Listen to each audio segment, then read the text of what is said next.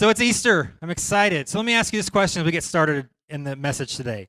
What are some of the most famous kids' stories that you like growing up? Noah. So a biblical story. It doesn't have to be a Bible story. It can be any story. That's a good one. Beauty and the Beast, Green Eggs and Ham. Those are good ones. Red Riding Hood. That's, huh? Jonah and the Whale. That's perfect for today. Goodnight Moon, what'd you say? That's a good one. Monster at the end of the book. He was there all along. He didn't even know it. What'd you say, Sheree? Pokey Little Puppy. I like that one. I liked Harold and the Purple Crayon. I don't think that had any words, which is probably why I liked it. Just pictures, right? So that was an easy one. Or Happiness is like a Warm Puppy. Remember that one, like the Peanuts characters? It may not be as famous of one, but I had an old copy that my dad had when he was a kid, and so it was awesome. So today we're going to be starting a series talking about one of the most famous stories in the Bible. And it was actually one of them that was named. We're talking about Jonah, starting today. Maybe strange for Easter, but we'll find out why that's important before we end our time together today. So how many of you are familiar with the story of Jonah? Almost everyone. Even if you didn't grow up in church, you've probably heard something about that story from the Bible. And chances are, as we'll see in the next 4 or 5 weeks here as we go through this story about this Old Testament prophet, is some of the details that are actually in the Bible you probably didn't learn in Sunday school. Some of the details that are going to be very important for us as adults. We don't tell kids because it kind of goes right over them or they don't see the importance of it, but they are important things to grasp from this story. So we're looking at the story of Jonah. I want to read, today we're going to look at just who he is and set up the story where we're going to go from here today. And so it's a little bit of background, and then we're going to answer a few questions or ask ourselves a few questions this morning. So we're going to start at Jonah chapter 1 and get to know this guy who's really not that great of a guy, as we'll talk about here this morning. Jonah chapter 1, starting at verse number 1. Here's how the story begins. It says, "The Lord gave this message to Jonah, son of Amittai. Get up and go to the great city of Nineveh. Announce my judgment against it because I've seen how wicked its people are." But Jonah got up and went in the opposite direction to get away from the Lord. He went down to the port of Joppa, where he found a ship leaving for Tarshish. He bought a ticket and went on board, hoping to escape from the Lord by sailing to Tarshish. So, Jonah is an Israeli prophet. He is a prophet from the nation of Israel. He's actually mentioned elsewhere in the Old Testament, if you didn't know that. In 2 Kings chapter 14, he's mentioned as giving a prophecy to the king of Israel at the time. God used him at some point, either before or after this moment. It's interesting what Jonah's name means, and in a couple weeks, we'll look at a little bit deeper into the background of this story. So this won't mean as much until then, but for now, let's look at what his name means. The name Jonah means dove. And it says he's Jonah, son of Amittai. Amittai means faithfulness. So if you take Jonah's name in the Hebrew, it's dove of faithfulness is what Jonah's name, his full name, would mean. So it's interesting that this guy who is supposed to be faithful, right, he ends up running the opposite direction of what God tells him to do as the crux of this story. And the book of Jonah, the story of Jonah, is unique to the Old Testament prophets because most Old Testament prophetic books are about the prophecy, the message. This is about the prophet or about the messenger. What he says is not really the focus. What he does or really doesn't do is, in fact, the focus of the story, which is unique to Old Testament prophetic books. And so the book is unique, and the man Jonah is unique as well. He's unique in that he is not the hero of his own story. He's not a great guy. At best, we could call him an anti-hero. You familiar with that term? So like recently, that's become very popular in comic book type movies. So like Deadpool is an anti-hero. The Suicide Squad, they're anti-heroes. They're kind of like not great people who sort of get hired to do something, and they don't do it in the best way or the most ethical way, but the job gets done.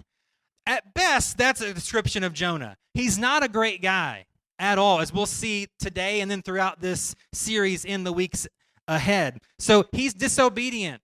We see that right today. God said go here, he goes in the opposite direction. He's kind of a mean guy. He's really whiny. He's wishy-washy, and he's absolutely selfish, which is the opposite of what you would think a prophet should be, and the opposite of what most prophets are. Other prophets are holy, they're righteous, they're obedient, they're sacrificial. Let me give you a couple of examples. So Elijah, one of the more popular Old Testament prophets, so he goes toe-to-toe with an evil empire on his own. He's one of the only righteous people in the entire nation of Israel. He's going against the evil, corrupt king and queen of Israel at the time. He's not taking no for an answer. He's not going to run from this mission. Even when he deals with serious, deep depression, he pushes through that to see that his task is complete. You look at the Old Testament prophet Jeremiah. He prophesied for over 40 years without one single convert. That's faithfulness. He was tried to, be killed more than once for doing what he did and saying what he said, yet he never gave up. He did it till the end of his life. This is the exact opposite of this man that we're going to spend the next 5 weeks talking about, Jonah, which means that Jonah's very relatable. Jonah is me. Jonah is you. I'm not Elijah. I'm not going to probably stand toe-to-toe against an evil empire. I'm probably going to cave at some point. I'm probably going to give at some point. I'm not going to be like Jeremiah. I'm probably not going to give 40 years of ministry without any results. I'm not going to go that long. I'm going to give before that 40-year window closes. I'm much more like Jonah if I'm honest with myself. I'm fickle. I'm weak. Sometimes a little too selfish. So Jonah is very much relatable, even if he's not really meant to be, even if he's not supposed to be. You look at Jonah's assignment that we just looked at. Jonah has a very unusual assignment for a prophet. God says, Jonah, go to Nineveh and preach against their wickedness. This is not normal. When you look at other prophets, they're not told to go to foreign countries and prophesy against them. If they prophesy against a foreign country, it's in their own country. They're declaring this word that's going to go out into the atmosphere and maybe reach them. Most often, Israeli prophets prophesy against their own country. They prophesy doom and gloom. If you don't turn back to God, he's going to destroy you. If you don't turn back to God, he's going to judge you. That's what most prophets of Israel do. But that's not Jonah's assignment. It's kind of like this. It's kind of like if you have these kids that are messing up your front lawn, and you're sitting there and you get off my lawn, like sitting on your front porch. That's what most prophets do. Get off my lawn from where they are. Jonah's assignment is to walk out into the front yard, pick up the kids, and throw them out of the yard across the street. That's Jonah's assignment. It's unusual. It's strange to him and to the reader of this story. Not only is his assignment unusual, his assignment is very much a dangerous one. He's told to go to Nineveh. Where's Nineveh? What's Nineveh? Nineveh is the capital city of the nation of Assyria. Historically, one of the bloodiest, cruelest nations ever on the face of the planet. Let me give you some examples of what they would do. They have a very bloody history. So one of their main things in battle they would do to their conquered foes, if they're still alive, is they would cut off both legs and one of their arms so that as their enemy is dying, they can shake their hand to mock them. That's their calling card. That's one of the things that they are known historically for doing. They would kill mothers in front of their children as the final thing they would see before they kill the mother. They would kill children in front of their mother so that that's the last thing that they see before they die. Cruel, brutal. That's how they operate. They would display human skins on the city walls. So if you come in here as an enemy, you might want to turn back because we're not messing around. You are not welcome here unless you're one of us. So God tells Jonah, hey, go there and preach against their wickedness. So Jonah understandably says, see ya. So what does he do? He goes in Scripture says the exact opposite direction. God calls him east to Nineveh. Guess which direction he runs? Straight west, right? As far away as I can go to get away from this place. So Nineveh would have been on land. Let's travel on land. It's not really that far from where he is. So instead of traveling by land, where does he go? To hop on a boat, to cross around the sea, to get as far away from Nineveh as he can. It's an unusual assignment. It's a dangerous assignment, and it's one that Jonah is not ready for. It's one he's not prepared for. It's one he is rejecting altogether. He is running as far away as he can. And I'll just say, I can't really blame him. Again, he's relatable. So it's kind of like if, there's a reason missionaries can't just pronounce who they are in the Middle East. Like we have missionaries that we support in the Middle East. We have friends of ours. They can't just say, hey, we're missionaries who love Jesus. That's not going to work. They are not going to last very long at all to do the mission God's called them to do. They can't get in the country if they announce we're missionaries, we're Christian missionaries. They can't do that. So Jonah is told, hey, go ahead and just announce your presence. The God of Israel over there in the neighboring countries said you guys are wicked and evil. He's going to be filleted in about 10 seconds, right? He's a goner. And so he says, instead of me being a goner there, I'm just going to be a goner from here and save my skin. So he runs the other way. And again, I can't blame him. And this shows that we are a lot like him. So I want to ask us today 3 questions that relate to these 3 verses in this beginning story of Jonah. Here's the first question I have for us this morning to consider on Easter. First, what are you running away from in your life?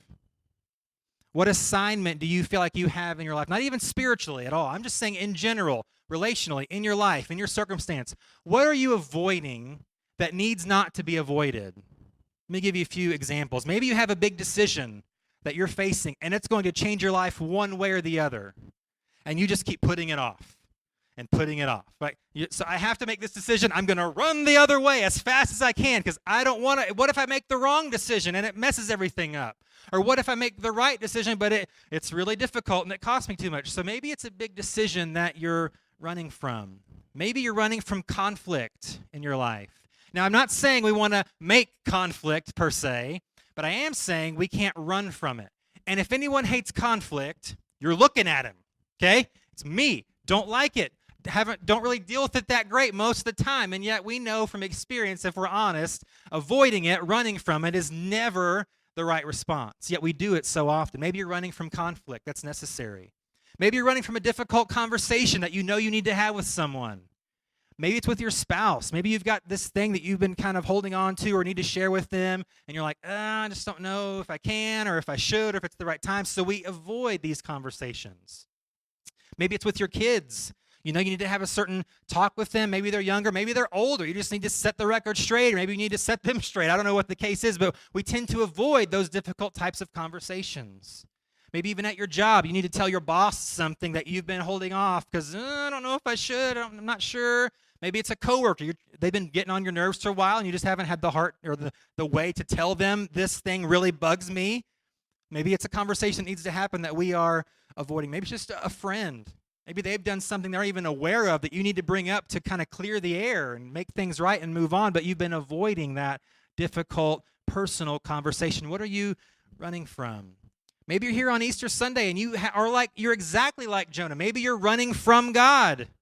Maybe you're running from faith. Maybe that's where you are, and you're here because it's Easter and someone invited you, and I'm glad you're here, and it's awesome that you're here. You're here on a great opportunity, a great day for your life to hear this message, I hope, and maybe to meet Jesus for the first time. Maybe you're running from him like Jonah did. And it's interesting because Jonah, as a prophet, he knows the Old Testament scripture. Like he knows it, maybe memorized it. And so he should know better, because even in verse 2, in some translations, it says that Jonah tried to run away from the presence of the Lord. But again, Jonah should know, as someone that knows the scriptures, Psalm 139, the psalmist says, where can I go from your presence? Where can I flee from your presence? He says, if I go to the heights of heaven, you're there. If I go to the depths, you're there. If I go into the deepest sea, your spirit will find me. If I climb the highest peak of the tallest mountain, your spirit's already there. I can't flee from you. And yet, this prophet of God is attempting to do what he knows cannot truly be done. And maybe you're in the same boat as Jonah. Maybe you're trying to run from God. So it leads to the second question this morning then, and that is, what's your excuse? Jonah had a pretty good one. He wanted to live. Pretty good. I don't want to die. I don't want to do this because that's going to mean death. And so he ran, and we'll see at the end of the series, he makes it very clear why he ran in the first place. So let me ask, for what you're avoiding, what is your excuse? And it may sound like a very reasonable reason, right? It may sound like a very good excuse, but it's still an excuse if we're running from things that should not be avoided. Maybe when it comes to those big decisions, you would say, well, it's too risky. There's too much at stake here for me to make a decision. There's too much to lose if I do it wrong. There's too much to sacrifice because maybe you know what decision to make and you're putting it off because you can see the next few steps are going to cost you a great deal. So maybe that's why you're running. What's the excuse? Maybe if you're avoiding that conflict or those difficult conversations, maybe your excuse is, well, what if I upset them or offend them? It might change the relationship too much. It might even end that relationship. I don't want to deal with that, so I'm just going to avoid that conversation. I'm going to avoid that person. I'm going to avoid that conflict, even though I know it's the right thing to do, even though I know that's the proper next step for myself. I don't know if I can take that chance. Maybe you're avoiding that because you say, well, what if I freeze up? You know, because if you're anything like me and you know you're about to engage in conflict, you kind of go over it in your mind a few times. A scenario, and you might have different scenarios. Well, maybe they're going to really, understand what I'm saying, and it's going to go really well. Let's hope that goes that way. And then you go way over here, and you think, oh, we're going to go to fisticuffs over this. Like, I just might be a brawl if they don't understand what I'm saying, and it just might become a screaming match or a shouting match, and I just don't want to deal with the drama. And so maybe you're given those scenarios. What if I freeze up, or what if it doesn't go the right way, or what if I don't have the right words at the right time? It's an excuse to avoid what should not be avoided.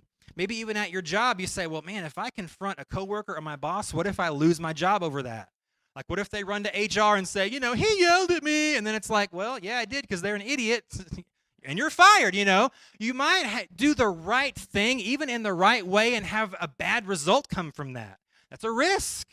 And so if I just don't do anything, if I just put up with it, if I just, sit here every day and hate this person or hate my boss or this thing is going on they need to know about, but it might cost me, because I'm tattling and they're whatever, or my coworkers might come back at me for this.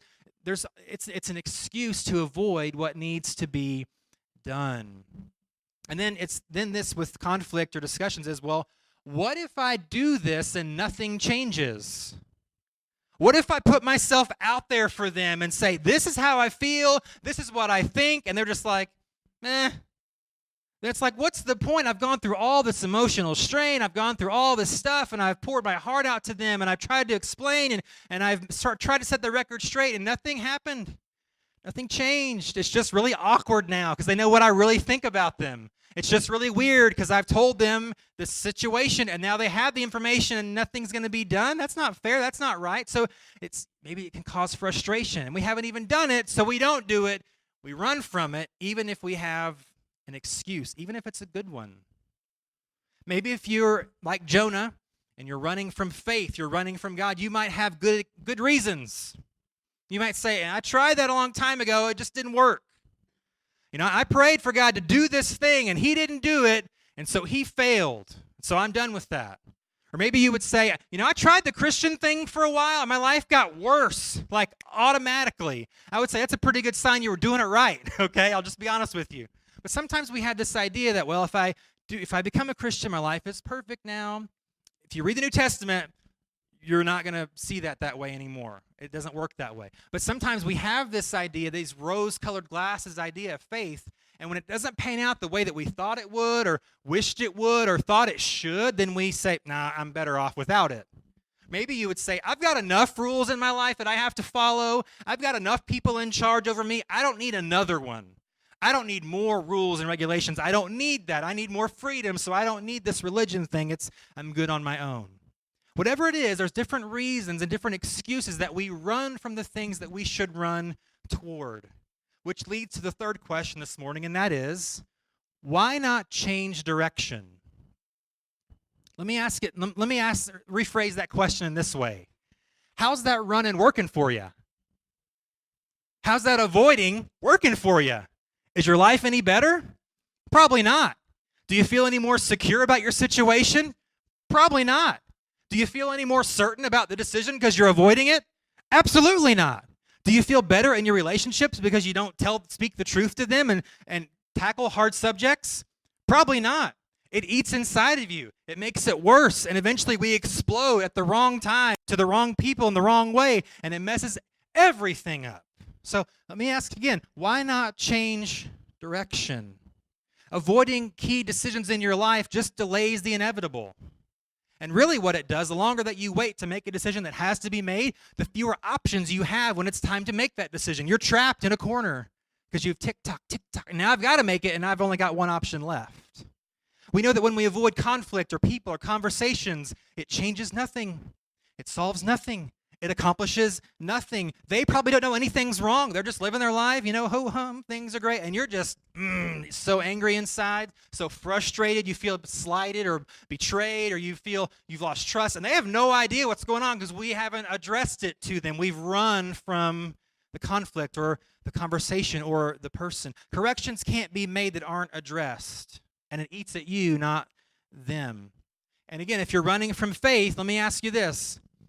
Wouldn't it be nice for once in your life to not have to have all the answers? Wouldn't it be nice to appeal to a higher authority occasionally?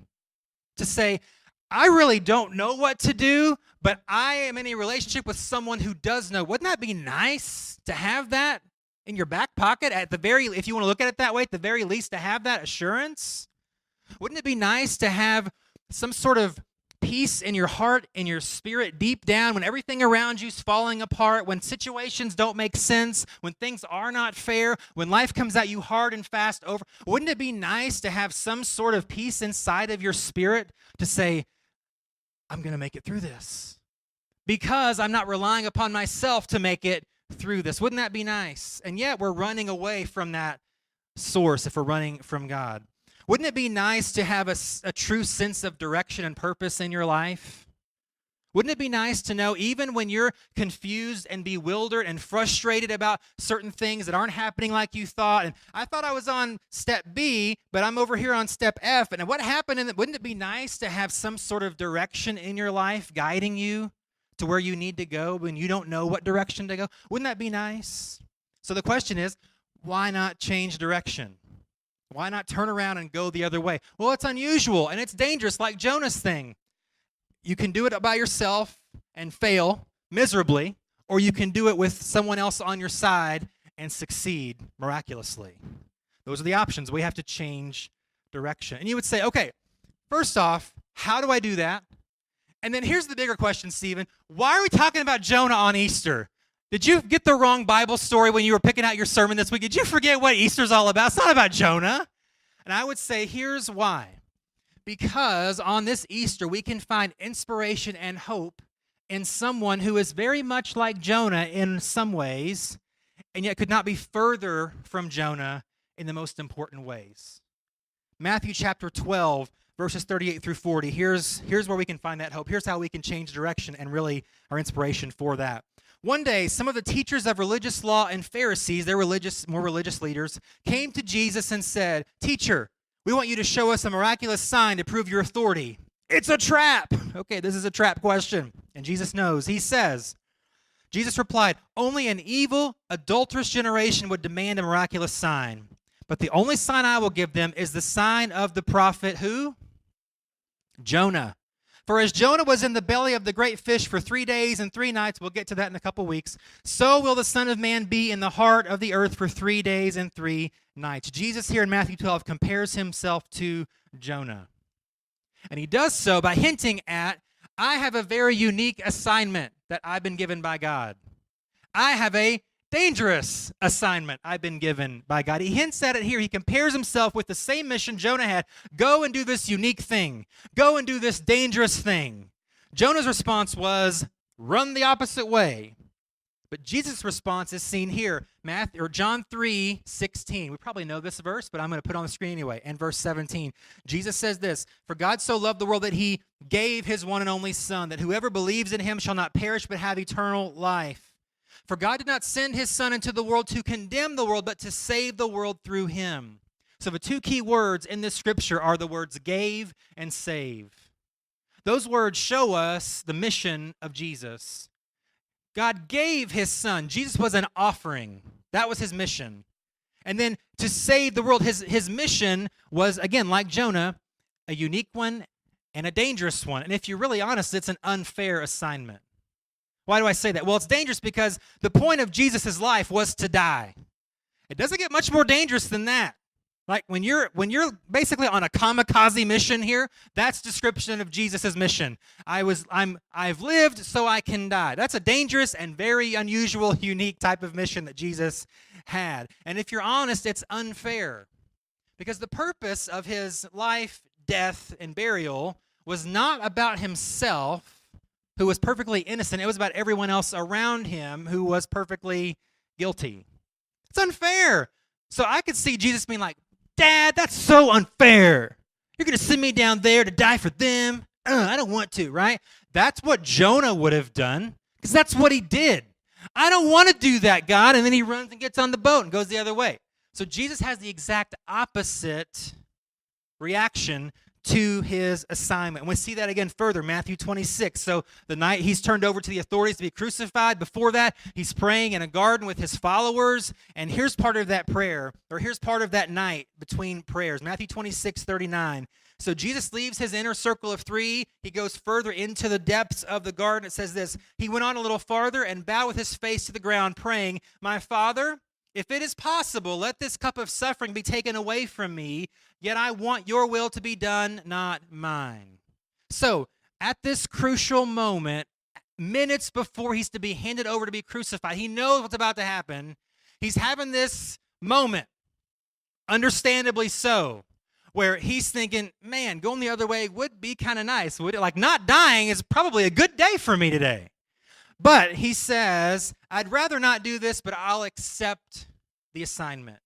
The opposite of what Jonah did in Jonah chapter 1. Later on that same evening, just a few seconds later, so he prays, goes back, his disciples are asleep. Just kind of a downer, you know. They're supposed to be praying with him and for him, and they're asleep. And so he says, you guys, whatever. He goes back, verse 42, it says, then Jesus left them a second time and prayed, "My Father, if this cup cannot be taken away unless I drink it, your will be done." That's a statement that Jonah never considered saying.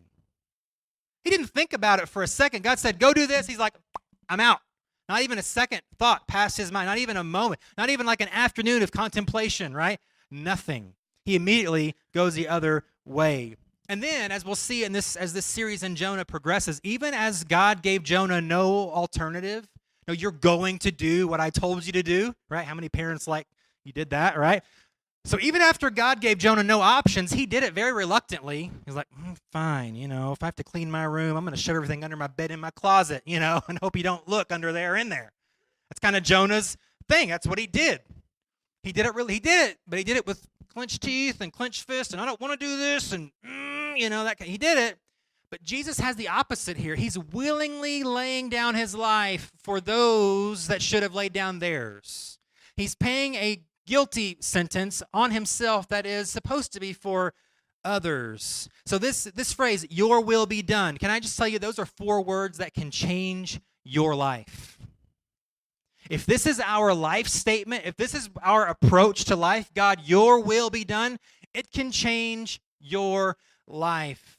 Because it says, I want to truly make a difference where I live, where I work, with what I do. I really want to be a positive influence for change everywhere I go. Not in my way, not in my time, but God, your will be done. I want my life to count for something great. It's 4 words that are simple to say, but sometimes hard to live out, but it will change your life. God, your will be done. So again, why not change direction? Why not run headlong into your future and destiny instead of running away from what might be or what could happen or what I'm afraid of? Why not address people and relationships and conflicts clearly and directly? Why not do it? Yeah, is there a risk? Sure, there's a risk to everything. But if we're doing what is the right thing to do, how everything plays out is just the way that God intended it to be. Well, scratch that from the record. Not always. God doesn't always get what he wants, and I'll leave that there for you to just think about this week, all right? How about this? How about we stop running from faith?